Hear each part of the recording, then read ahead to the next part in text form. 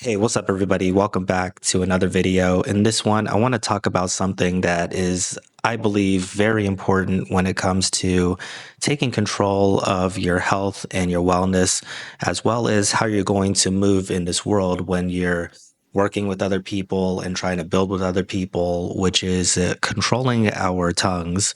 I was reminded of this subject in a book that I read called Controlling the Slave Tongue. It's a fantastic read for anybody who's interested and is looking for something regarding health and wellness.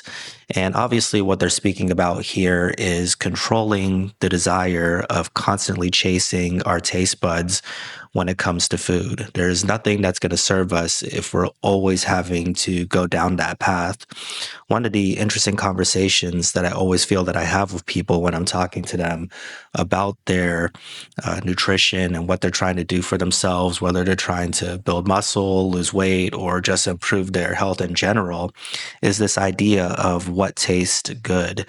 So many people are thinking in those concepts when they're trying to lose weight. They'll say, I'm trying to eat better, but this just tastes so good. I want to eat oatmeal, but I'm so used to eating hash browns every morning. It's difficult for me to make that adjustment. And I definitely understand. I'm not an illusion of that myself, right? When I'm eating a oatmeal or if I'm having a smoothie, it's not that I don't know that pancakes are something that tastes better. They're just adjustments that I've made over time that have served me well.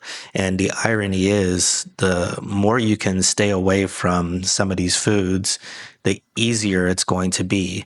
A lot of times, what we eat, they're rooted in habits. We wake up, we follow the same pattern every day. And there are also a lot of things going on with our gut, our microbiome in our gut. There's a great documentary on Netflix that covers this, that when you actually starve out some of these cravings, they're not in your gut, they're not in your microbiome anymore. And so you don't crave them the same way. You may crave Oreos, but somebody in another part of the world, if they have Oreos once, they're not going to have that same craving as you. They're going to have cravings for what's in their diet. They're going to have cravings for what it is that they usually eat.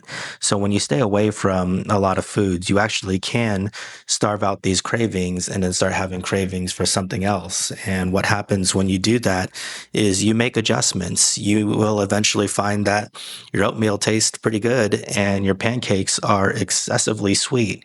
You may find that the smoothie you make is pretty good, but those hash browns that you were used to eating every day are excessively salty and excessively oily. So there is light at the end of the tunnel for anybody who's making this adjustments. And then eventually you're going to be that weird person. You're going to be that weird person who says, hey, I love having a bowl of fruit every morning. And everyone else is going to think you're crazy because they're accustomed to something totally different, but you're going to know better. You're going to know what it's like to be in that other person's shoes, but you're also going to know what it's like to be on the path that you're on now and how that path will serve you so much better. So for anybody who's in the process of doing this or just needs a friendly reminder, you really do want to change your mindset from always thinking about what tastes good to thinking about what's going to be good for you, to thinking about what's going to serve you in the long haul, because food isn't really about just pleasing your taste buds. Food is essentially nothing but fuel to keep you running well, to keep you thinking well, to keep you active, to give you the best possible chance of engaging with the world, whether it's for business, for your family, for your friends, or for yourself.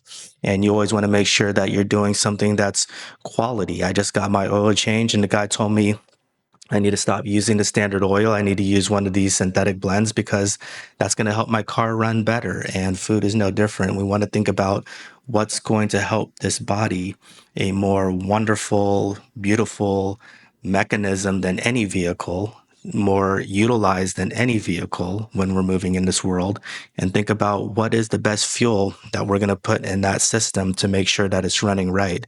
And if we're a slave to only thinking about what tastes good, what sets my brain off in terms of sugar, salt, fat, what gets it pinging, like a pinball machine.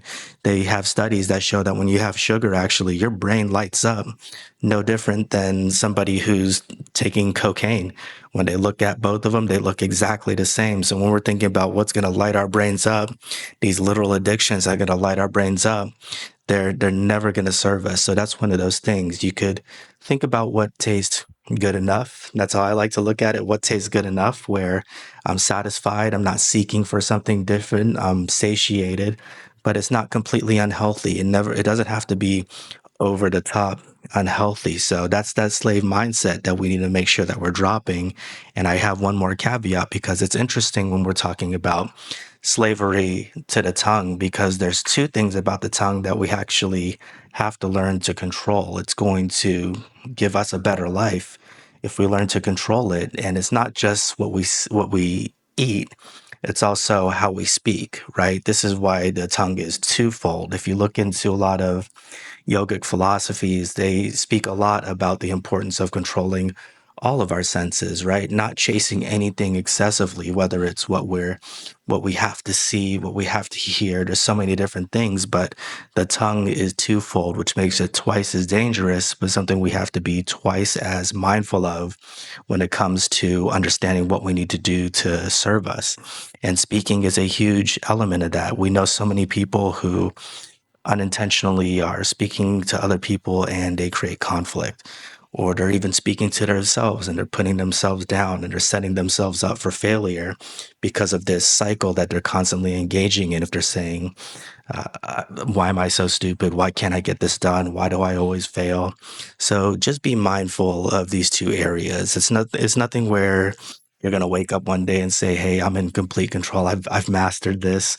No, it's an everyday process, but it starts with being aware and taking it one step at a time. So that's it for this one. Just wanted to share that message with you. Thank you for watching, and I'll talk to you next time.